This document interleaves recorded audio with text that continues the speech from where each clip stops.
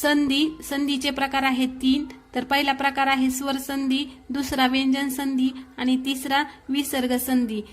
तर स्वर संधी कशाला म्हणतात, तर एकमेकांशेजारी येणारे वर्ण जर स्वर असतील तर त्यांच्यातील संधी स्वर संधी असे म्हणतात। तर त्याचे स्वरूप असते स्वर अधिक स्वर।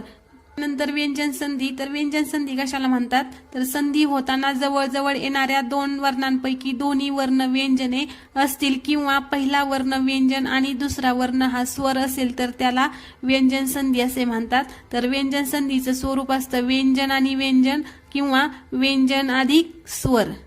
नंतर विसर्ग संधी कशाला म्हणतात, तर एकत्र येणाऱ्या वर्णातील पहिला वर्ण विसर्ग व दुसरा वर्ण हा व्यंजन किंवा स्वर असतो तेव्हा त्यास विसर्ग संधी म्हणतात। तर विसर्ग संधीचं स्वरूप असतं विसर्ग किंवा व्यंजन आणि विसर्ग किंवा स्वर यापैकी दोन्हीतून एक त्याचं स्वरूप असतं।